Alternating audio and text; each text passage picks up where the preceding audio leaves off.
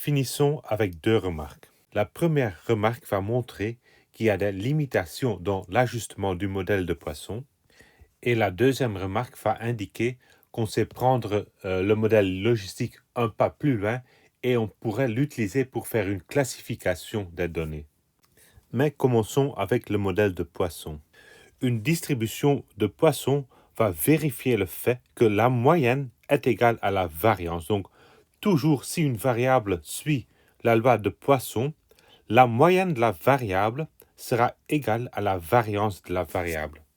Ceci est un résultat théorique, donc c'est un résultat théorique pour la distribution de Poisson, mais souvent, en réalité, cette hypothèse n'est pas valide. Souvent, la valeur de la variance va être supérieure ou inférieure d'une façon significative par rapport à la moyenne.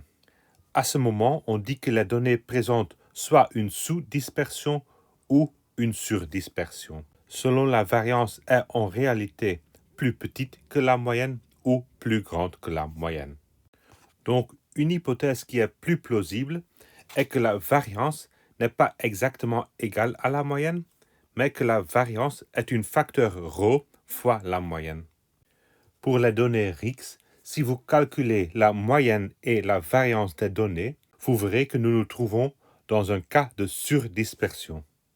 Dans ce cas, on doit se tourner vers un autre modèle car la sous- ou la surdispersion a un impact non négligeable sur les résultats des tests statistiques. La deuxième remarque est liée à la notion de classification qu'on peut obtenir à partir d'un modèle logistique. Une telle classification est appelée une classification supervisée car on dispose de l'information succès et échec pour la base de données. En effet, en utilisant le modèle, on a su estimer les probabilités pour être un échec ou pour être un succès.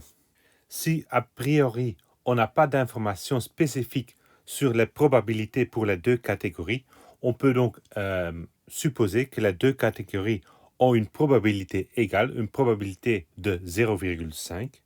Dans ce cas, on pourrait utiliser les valeurs ajustées, donc les probabilités de succès estimées, pour classer une observation.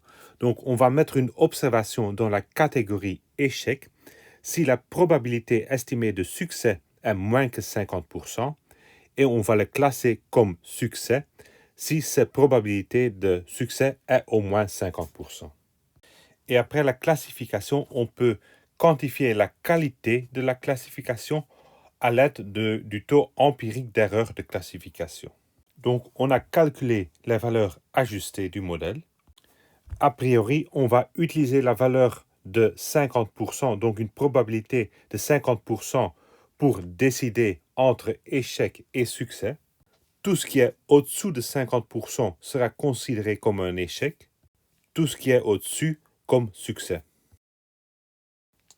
Pour caractériser la qualité de la classification, on va construire une table de classification et à partir de ce tableau, calculer le taux d'erreur empirique. Prenons l'exemple des poissons, des saumons qui viennent de Canada ou d'Alaska. Dans ce tableau, on va comparer la classification par le modèle avec la variable d'origine. Donc on sait d'où vient le poisson et on va voir si le modèle l'a classé de même manière, donc de la même origine. On voit que 46 poissons qui viennent d'Alaska sont effectivement classifiés comme être un échec, donc comme être provenant d'Alaska. 47 poissons qui provenaient du Canada sont correctement classés dans la catégorie Canada. Mais par contre, on voit que 3 poissons d'origine Canada sont classés comme venant d'Alaska et 4 poissons d'Alaska sont classés comme venant de Canada. On a donc 3 erreurs parmi les poissons de Canada et 4 erreurs parmi les poissons de Alaska. On a donc fait 7 erreurs sur un total de 100 observations, ce qui donne un taux d'erreur empirique de 7 divisé par 100. Ce taux d'erreur empirique est assez bas et cela veut donc aussi dire que si je trouve une poisson dans l'eau, je peux utiliser le règle de classification pour déterminer si ce poisson provient de l'Alaska ou du Canada. En pratique, si on va calculer une règle de classification, normalement, on ne veut pas utiliser les mêmes données pour calculer la règle de classification et pour la tester.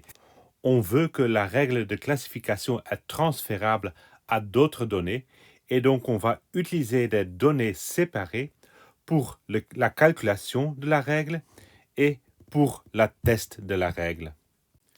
De cette manière, on essaie de garantir que la règle est généralisable à une autre observation venant d'un ensemble de données qui est similaire.